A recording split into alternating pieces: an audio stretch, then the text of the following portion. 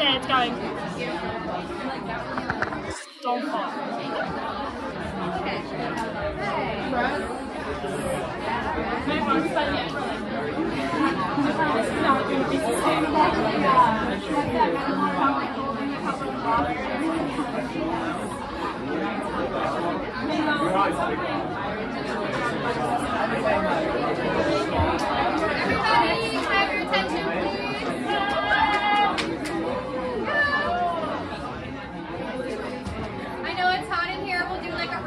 After this next one, but I want to get rolling with Riley. If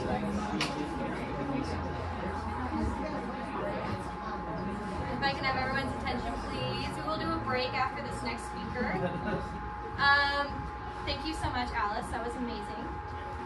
Next up, we have Riley, who, if you climb here at the gym, you most definitely know. Riley is a climber and an educator. She teaches at Missoula International School and fills many roles here at the gym.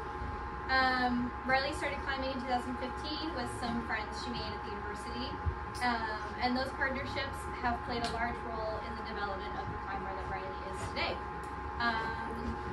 She will be sharing part of that experience, as well as telling a story about loss and the unexpected aftermath of grief and the triumph of self-acceptance. Hi guys. Totally blinding. I'm gonna be doing over here.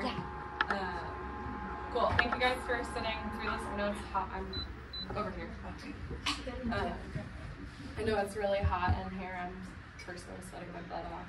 But cool. So I'm gonna start off by this is my diary. This is my climbing journal. And I'm going to start off by reading a dream that I had. So the date is 5/15/21. So I dreamt I was in a war, and it was my dad versus me and my father versus my mother and my sister. My dad and I landed at a secret shower that was made of green cattle guards, and it was right along the highway. My father and I were stealth army crawling along the side of the highway, covered in blankets, when my mom and my sister found us in their helicopter and came down with us. My mom grabbed me and started wrestling me, and I just decided to submit. I didn't want to fight, even though I knew I was going to get killed. And then my dad came up from behind my mom and slit her throat. I know it's really normally boring when people read dreams, so I'm sorry to subject you guys to this. The dream changed, and I was crying because my mom had died for a second time. I was in my old childhood home when I realized that she didn't. She walked in and stood in front of me in the most vivid detail I'd ever seen in the dream. I could see her pores, her wisps of hair. She was wearing PJs, white ones with flowers that she always wore when she was sick. I stood with her face to face and just looked at her incredulous. I said I didn't normally have dreams so vivid, so it must be real. I touched her face all over and it felt like skin. I asked her if she was okay, and she said yes. I was so confused because I knew she was dead, but she was standing right in front of me. It was almost like she was just looking at me, just watching. The craziest part about this dream was that her eyes were ice blue, which her eyes, like the bluest eyes I've ever seen, not her eye color at all. And then I woke up. So this dream came at a similar time. It was in May 2021. My friend Quinn had been pestering me and some of our other friends to go to this place called Beaver Creek. He'd been hyping it up a bunch. He was like texting us all the time, being like, "This is the best climbing place in Montana, maybe on Earth." And I was like, what is this guy smoking? Like, what is he talking about? He'd been going there already for months. Him and his friend Henry had been like literally snowmobiling in there in the middle of winter down like a super long dirt road. And so I don't know. I didn't know Quinn super well, but one day it was close to the anniversary of my mom's death, and usually I'm feeling pretty bad around then. I was just feeling horrible, and I just texted Quinn, and I was like, "Hey, can I come out to Beaver Creek with you?" I didn't want to be in town. I didn't want to see anybody I knew.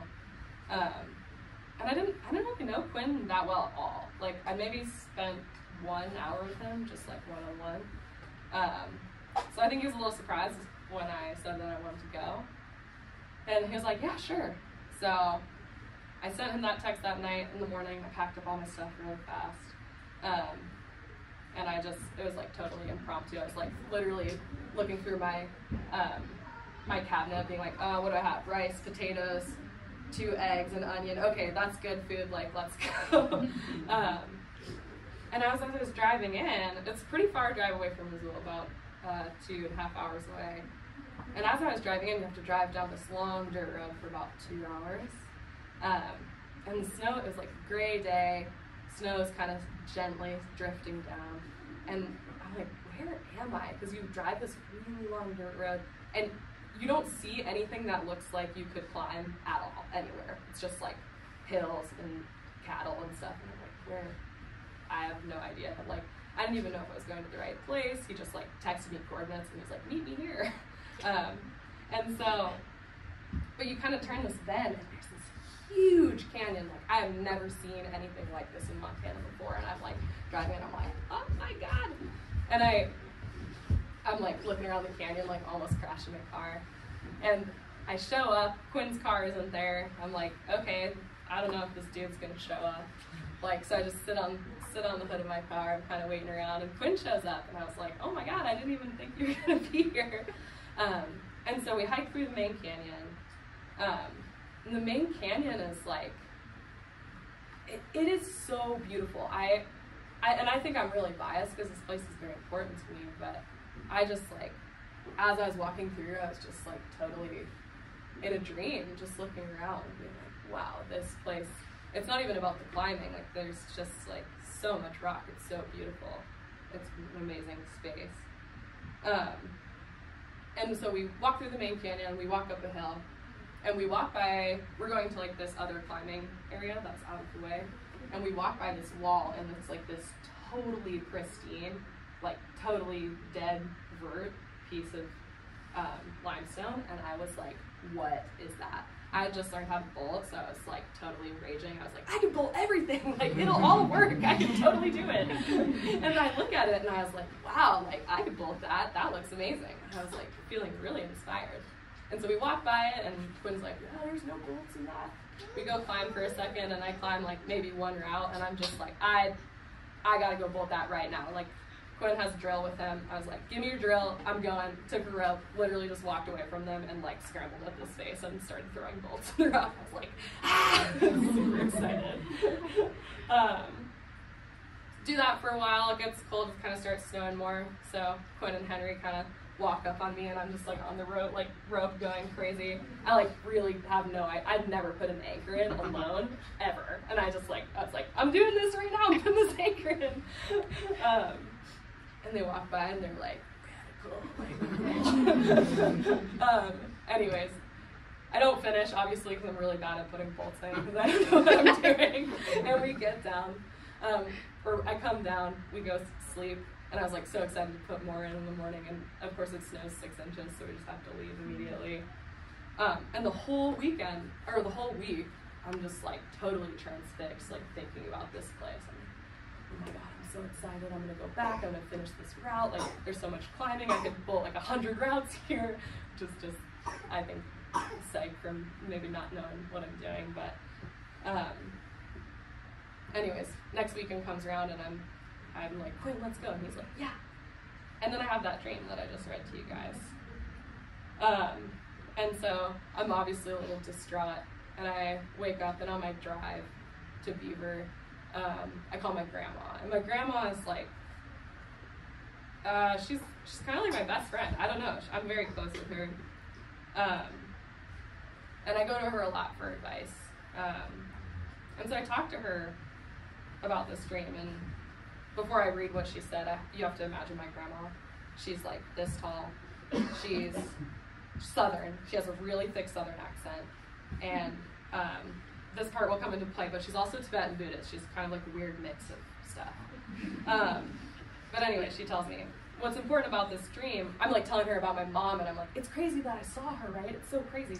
And she's like, what's important about this dream is not that your mom was there, but the dream that came before it.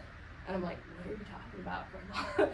And we talked about it and how it represents like my family dynamics as have experienced it and how my family felt like a war growing up. I think it's complex to like relate, I think, death and family dynamics, but when somebody dies, when you have an unsolved relationship with them, those tendrils can be a little bit more complex to kind of filter through. And then she says to me, I don't know why, but I've always felt the karma, and she uses karma, she says like karma. The karma that you have with your mom is what holds you back the most in this life. And when you're able to clean your karma, you will bloom, and all your doubts you have about yourself will melt away. So my grandma drops that on me, and I'm just sobbing my eyes out on this drive, obviously. I'm like, oh my God. But it was good. It was cathartic, and I get to Beaver, and there's just this fire that is burning in me that I have never experienced in my life before. Like a fire to climb, but also just like I am feeling a way that I've never felt before. And this weekend is totally different than last weekend. It's beautiful. It's like blue skies. There's like, it's just brilliantly sunny. There's ticks out because it's Montana, obviously. There's buttercups blooming. There's literally like butterflies like flying around us like while we're out. And so we get there, put all the bolts in. I'm like raging. We literally are bolting until like 9 p.m. and I'm just like so excited, like cleaning her out, whatever. Get it all finished, and then go to sleep. And the next day comes, and I feel the route out on top rope. And it feels pretty good, so I go to lead it. And I was like, wow, that's a first ascent. This is so cool. Like, I think when you're like a baby climber, sometimes you think about yourself doing stuff like that, and you're like, oh, like climb El Cap one day, or like, you know, bolt 100 routes or whatever. But like, it does feel pretty significant to do, like, you know, your first ascent of your route that you like bolted yourself, you know. And so I go to lead it, and I just start climbing, and I am like blacked out with fear. And I am climbing so slow. Like I'm like literally like, and then every rest I'm just like totally just whacked out. And part of it is like I'm focusing on not falling. I really don't want to fall. I don't want to fail either. But kind of up until this point with my climbing, like after my mom passed away, it was really challenging. Like I quit climbing for like 2 years and I came back to it, but it was really challenging for me to come back to it and regulate my experience with fear. I think when you've experienced, and I really liked your talk because it was like, when you've experienced trauma, it totally overrides your ability to regulate your nervous system in the way that you need to climb and climb well. And so I'm just like tripping out. I'm like afraid. I'm literally thinking I'm like, I'm gonna die if I fall, which is totally irrational, but I'm like thinking that. And I get to this rest and I'm just totally like in my head and like thinking I'm gonna die, I'm gonna hurt myself, like all these like totally irrational thoughts just circling in my head. And suddenly I'm just sitting there and I'm resting, and this last little bit is like, it's super hard, but it's kind of tenuous, and you have to like press and like do some kind of press moves between two runnels. And I just like feel my doubts totally melting away from me as I'm like looking around and just breathing. And each hesitation that I'm feeling is like a challenge to this paradigm that I've been holding on to since my mom passed away. And I pulled through the last couple moves, and I pulled the chains, and I just started weeping. And it's not like I'm like I just have tears running down my face. And I'm like looking around, and it's one of those Montana, I think I've only experienced a day like this in Montana, but it's like there's no temperature to the air. You're just like, you feel the sun on your body. You don't feel hot or cold. There's like cliff swallows like flying, literally like circling around me and like chattering. And I'm just like breathing there and like having these tears run down my face. And I just watched myself bloom, like my grandma had said, like all the doubts that I have about why I'm doing what I'm doing fall away. And I see myself for the first time in a really long time, and I feel full. And for me, that marked a huge transition in my climbing. My mom's death was kind of a postscript, but my mom's death was pretty gnarly. She had cancer, and she got diagnosed late stage and died within 6 months of her diagnosis. And I had to go home and caretake for her. And I think when you see something like that so intimately and see death so intimately, like for everybody, it's transformative. And it's like, it's a universal, like death is totally universal, but it does really like change the way you see the world. And for me, it was like immense trauma, like something that was really hard for me to let go of. And coming back to climbing, and specifically, honestly, going to Beaver, healed my relationship with climbing. Like I was able to let go of the fears that I had and some of the trauma that I had surrounding that situation, but also helped heal my relationship with my mom. Like I think when we have those complex relationships with people, like it can be hard to continue the conversation like past the moment of separation with them, whether it's death or you don't talk to somebody or whatever. But it's good to remember, it helped me remember at least that like death does not signify an end, it just signifies like a change of a relationship. And I ended up going back to Beaver that season over 15 times and bolting more, climbing more, and I climbed a lot of my firsts there, and I don't know, it's still a really special place to me. Yeah, that's it.